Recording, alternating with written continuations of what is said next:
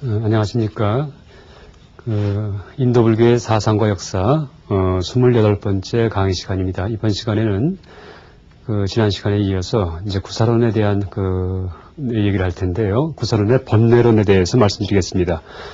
지난 시간까지 구사론에서 얘기하는 제법, 그러니까 모든 이제 세상을 이루고 있는 모든 구성 요소에 대해서 먼저 말씀드렸고요. 이것을 5위 75법 해가지고 75가지 법에 의해서 세상 만사를 해석한다, 이렇게 이제 얘기를 했었죠. 그래서 이 75가지 법이 조합이 되면서, 그 중에 한 30개, 40개씩이 조합이 되면서 매 순간순간 우리가 체험하는 이제 그런 현상을 만들어낸다라고 이제 얘기를 드렸었고요.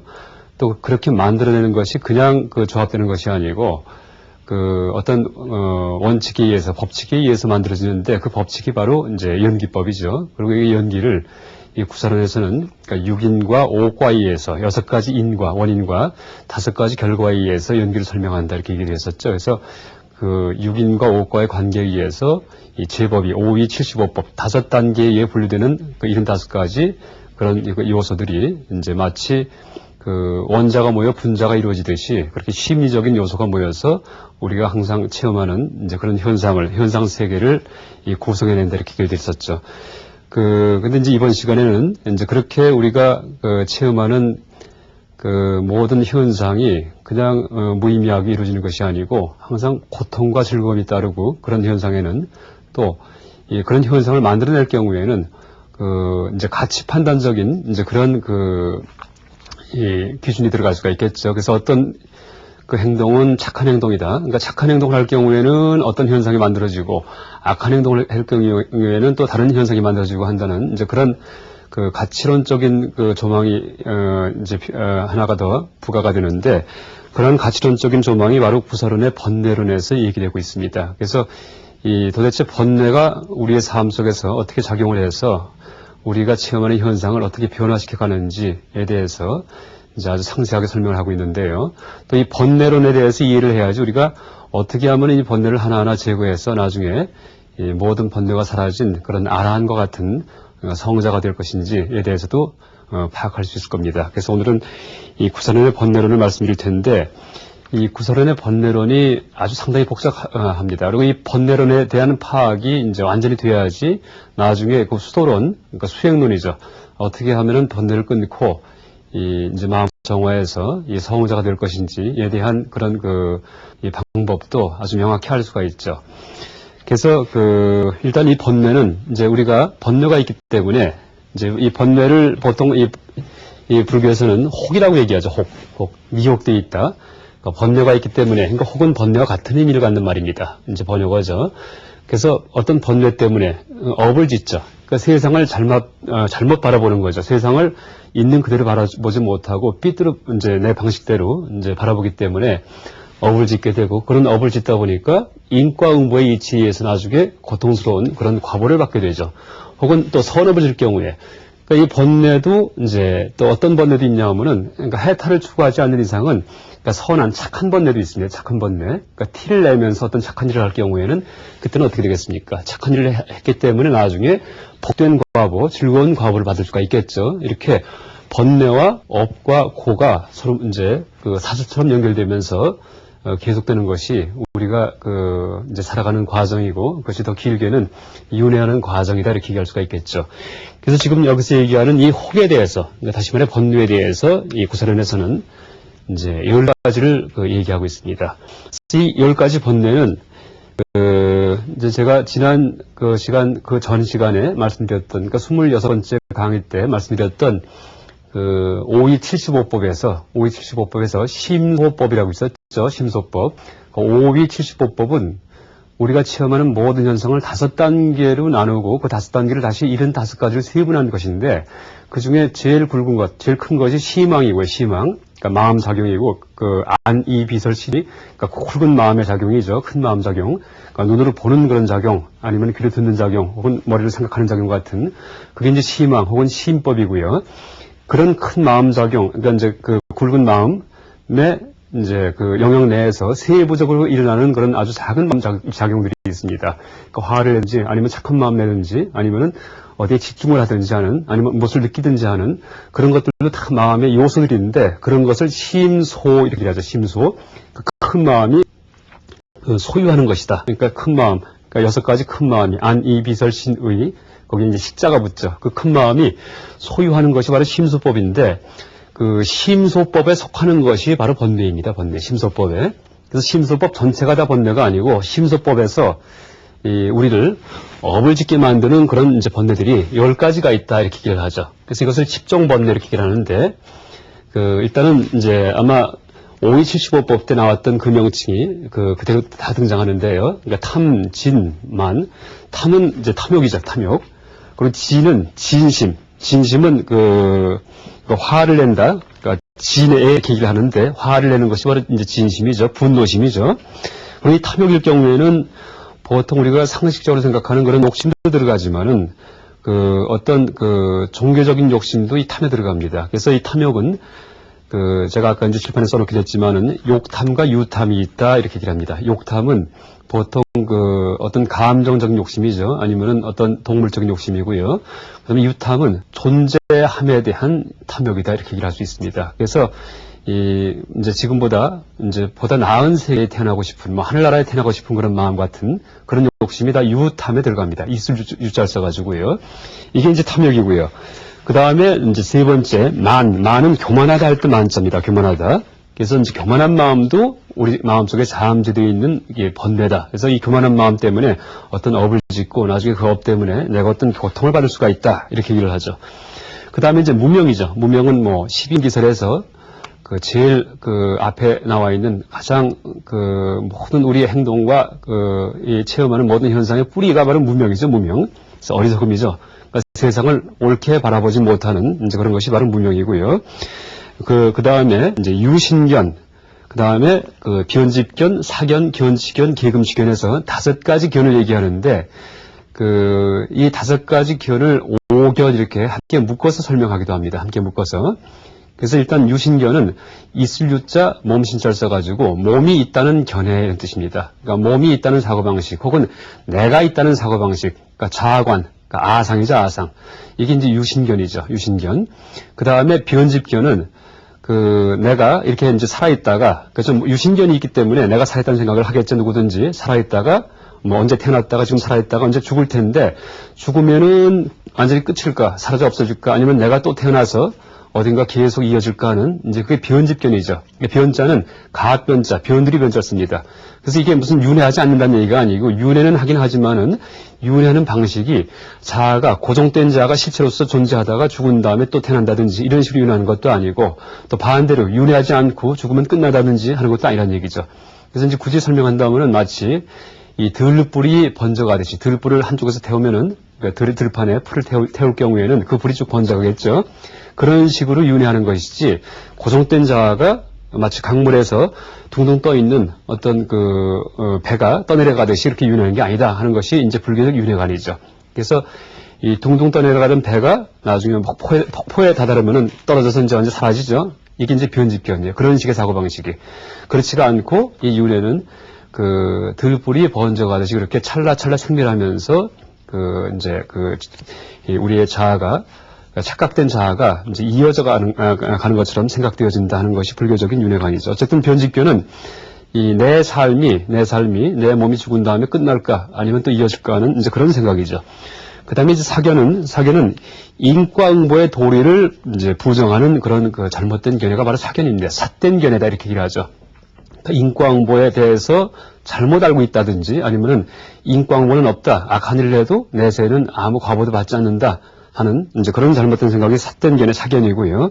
기원치견은 그러니까 지금까지 얘기한 이런 4가지 견해에 대해서 또다시 집착하는 그런 견해입니다. 이제 그냥 은연중에 그런 견해를 갖고 있는 것이 아니고 그것을 머릿속에 만들어서 자기 인생관으로 삼고 있는, 자기의 철학으로 삼고 있는, 이게 이제 기원치견이죠. 기원치견. 그 다음에 계금치견은, 계는 계율을 할 때 계자 쓰고요. 금자는 금지하다 할 때 이제 금자입니다. 그래서 어떤 것이 계고 어떤 것이 금해야 될 것이고 하는 그런 도덕적인 원칙이죠. 어떤 종교적인 이제 윤리원칙 같은 것들이죠. 이런 것을 잘못 알고 있기 때문에 또 우리가 업을 질 수가 있고 그 업 때문에 나중에 내세에 다시 이제 고통스러운 과업을 받을 수가 있죠. 예를 든다면은 어떤 짐승을 죽여서 희생제사를 지내면은, 뭔가 돼지머리 올려놓는다든지 아니면 양을 죽인다든지 하는 이제 그런 식의 희생제를 지내면은 내세 하늘나라에 태어난다 하는 사고방식을 아마 많은 종교들이 갖고 있을 겁니다. 그러니까 이 불교 말고요.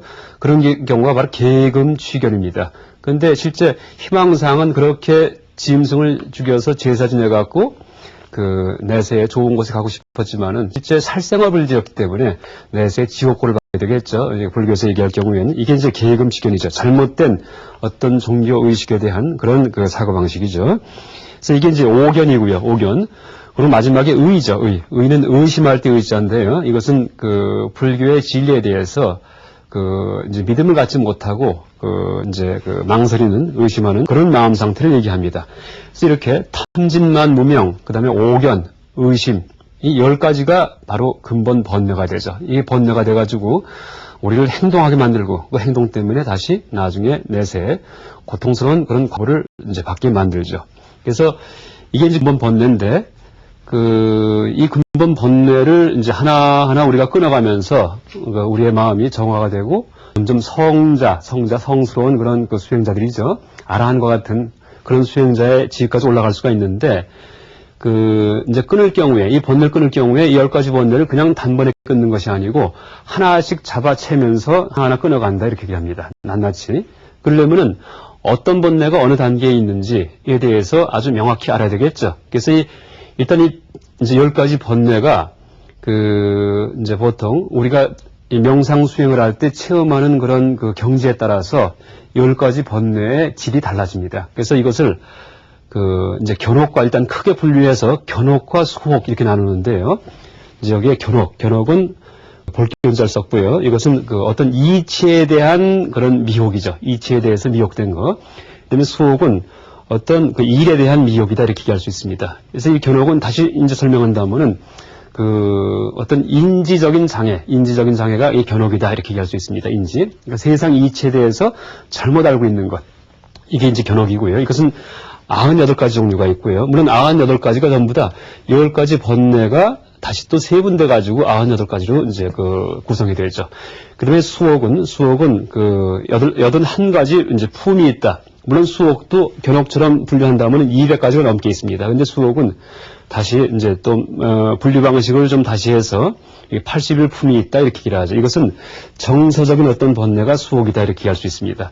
물론 이치적으로 내가 세상을 잘못 보기 때문에 정서적으로 욕심을 내든지 화를 내든지 할 수가 있겠죠. 그래서 항상 수옥에는 이제 견옥이 그러니까 선행해 있다 이렇게 얘기를 하죠. 그래서 이 견옥이 왜 98가지가 되냐 하면은 우리가 보통 지금 욕계에서 살아가고 있는데 욕계에서 살아가고 있는데 이 욕계 말고 색계, 무색계라는 세계, 3차원의 세계가 있다는 얘기를 했었죠. 세 개의 차원의 세계가.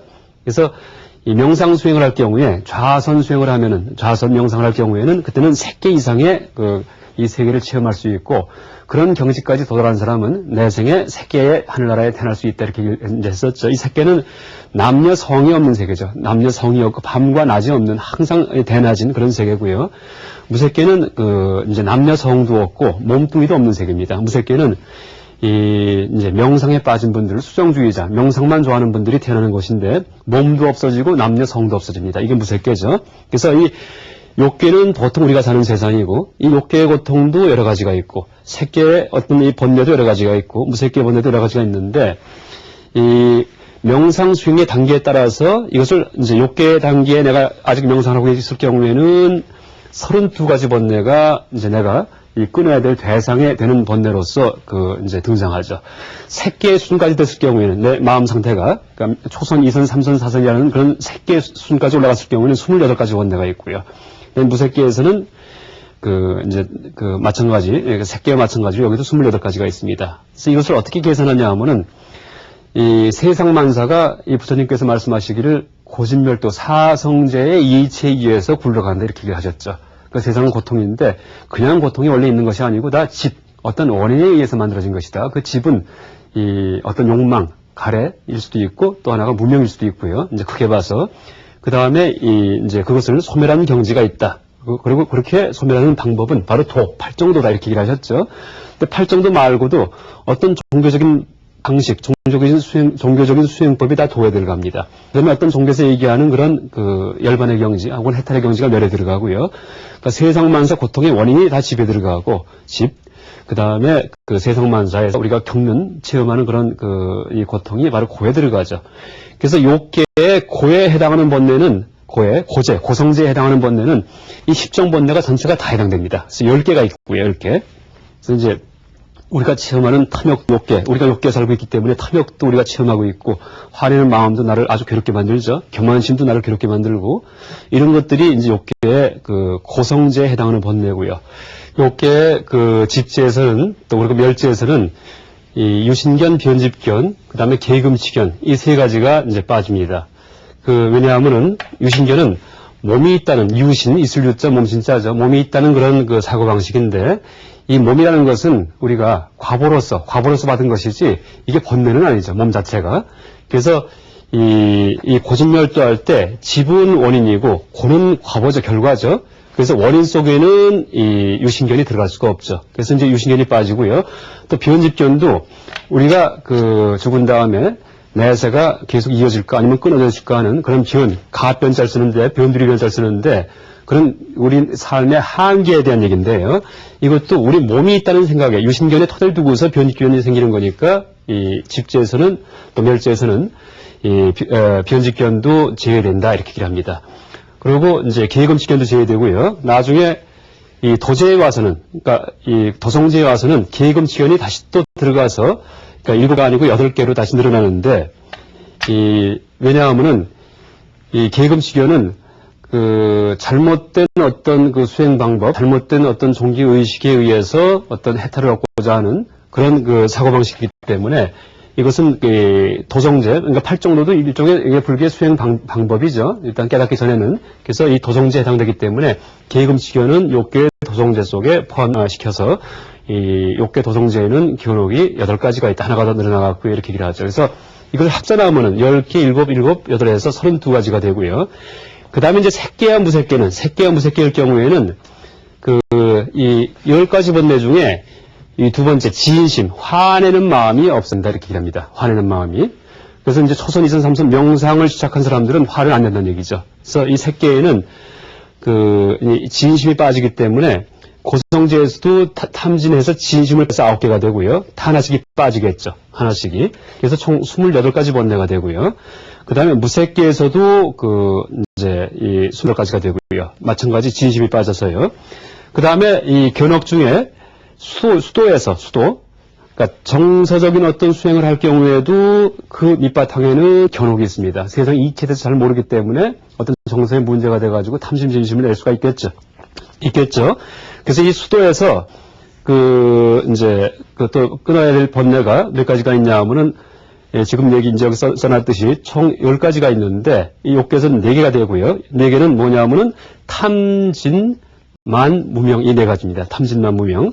그 다음에 이 색계, 무색계는 아까 얘기 드렸을 때, 이제 이 견옥과 마찬가지로, 견도에서 끊어지는 번뇌와 마찬가지로 이 지인심이 하나씩 빠지기 때문에 색계와 무색계에서는 3개씩 됩니다. 그래서 이걸 합하면은 이제 36이 되고요. 이렇게 32사 합해갖고, 수도와 견도에서 끊어지는 번뇌, 견옥, 이제 합해서 36이 되고, 그 다음에 이제 색계에서의 견도에서 끊어지는 번뇌 31가 되고, 또 무색계도 31가 돼서 총 98가지의 이제 번뇌가, 견옥이 우리의 어떤 세상을 바라보는 그런 사고방식에 장애를 일으키는 이제 그런 번뇌가 된다. 이렇게 얘기할 수가 있죠. 그래서 보통 우리가 108번뇌 할 경우에는 이 98가지 번뇌에다가 나중에 10전이라고 해가지고 이 겉으로 드러난 10가지 번뇌를 또 따로 이제 분류합니다. 이걸 합해서 이제 108이 되기 때문에 108번뇌 할 때는 보통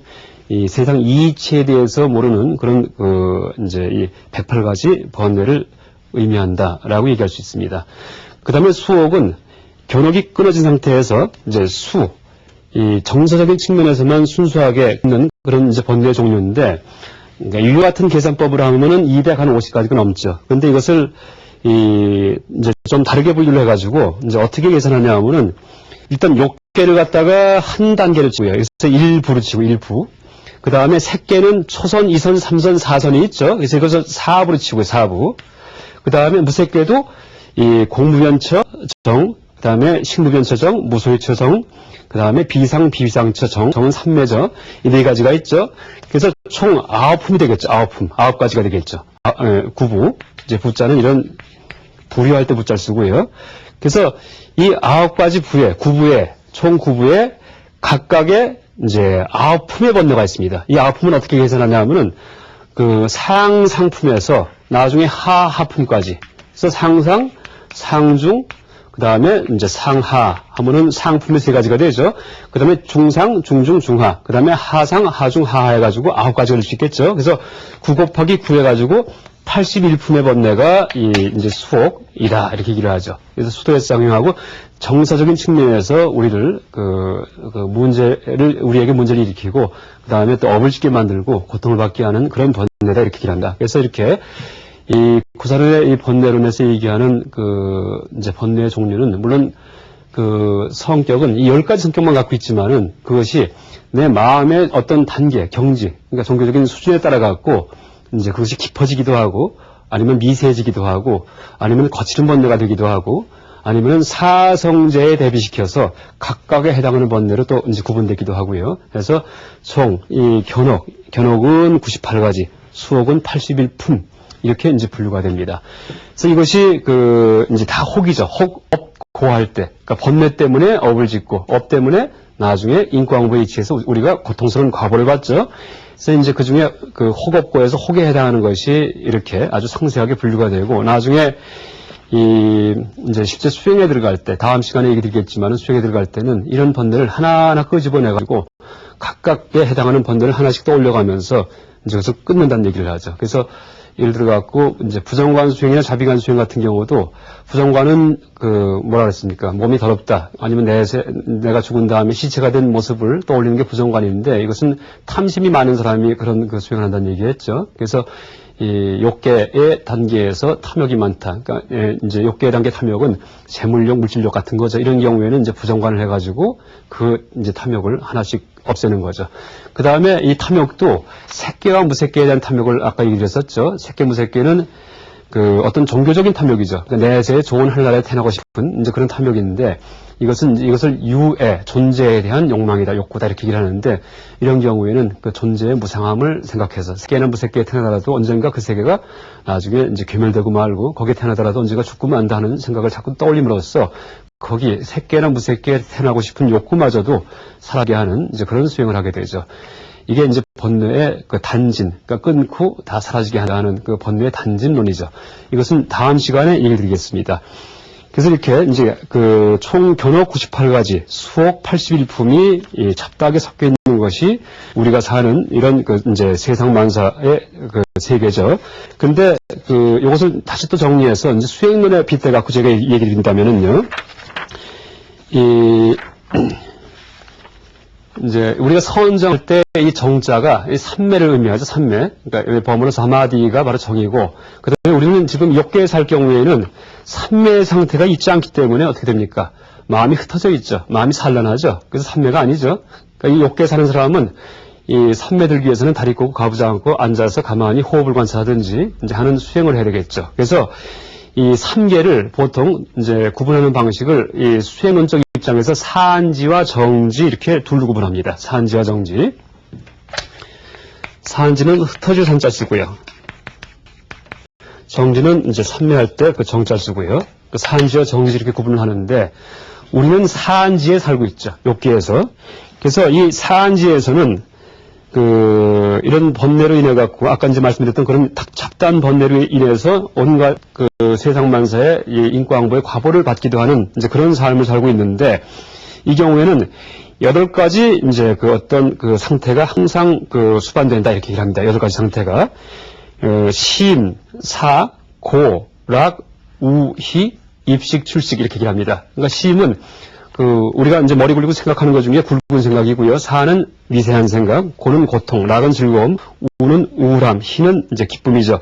고락은 신체적인 괴로움과 즐거움이고요. 우희는 이 정신적인 그런 그 즐거움과 괴로움이죠. 그다음에 입식, 출식, 숨 쉬는 거, 그러니까 숨을 들이쉬는 거, 숨을 내쉬는 거, 이 8가지가 욕계는 다 있죠. 우리는 숨도 쉬고 살고 고통도 있고 즐거움도 있고, 그다음에 어떻게 됩니까? 마음의 기쁨도 있고 우울함도 있고, 그다음에 생각도 하고 아주 미세하게 분석도 아주 다 하고 있는데, 마음이 가라앉으면서 초선 이상 올라갈 경우에는 초선 이상 올라가면서부터는 하나하나 끊어집니다.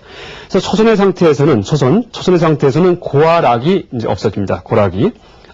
고와 우가 없어집니다. 고통과 그 우울함, 그러니까 이제 괴로운 게 없어지는 거죠. 그래서 심사, 락, 희, 입식, 출식만 남아 있고요. 2선은 락, 희, 입식, 출식, 생각이 끊어지는 거죠. 2선부터는. 그다음 3선에서는 락, 몸의 즐거움만 있고, 그 다음에 숨만 남아 있어요. 그 다음에 제4선에서는 다 없어지는 거예요. 그러니까 제4선의 경지에서 열반이 열린다, 열반을 이제 얻는다, 깨달음을 얻는다 얘기를 했는데, 그 경지가 어느 정도냐 하면은, 이 수식관, 그러니까 자기 호흡을 관찰해서 수행하다가 가만히 숨을 들쉼, 낼쉼, 그러니까 숨을 들이쉬고 내쉬고 하는 그런 작용이 끊어진 상태에서 가만히 있더라도 이제 요새식으로 표현한다면 산소견이 될 정도로다가 마음이 가라앉았을 때 그때 불교의 깨달음이 열린다 이렇게 얘기할 수가 있죠. 그래서 그 보통 수행할 때 호흡이 점점 미세해지고 그 다음에 느려진다는 얘기하죠. 뭐 1분에 한 번씩 그렇게 이제 호흡한다는 얘기도 하고요. 근데 그것이 나중에는 완전히 끊어져서 호흡이 없어진 상태에서 그러니까 코를 막고 있다는 얘기가 아니고 피부호흡을 한다 이렇게 얘기를 될 겁니다. 그런 상태에서 이제 그 사설의 경지가 되고 그때는 이제 그 선정과 지혜가 균등한 경지이기 때문에 거기에서 이 부처님의 깨달음이 열렸다 이렇게 얘기할 수가 있죠. 오늘은 그 구사론서 얘기하는 그 번뇌론에 대해서 이제 말씀드리겠습니다. 그리고 다음 시간에는 구사론의 수행론에 대해서 말씀드리겠습니다. 감사합니다.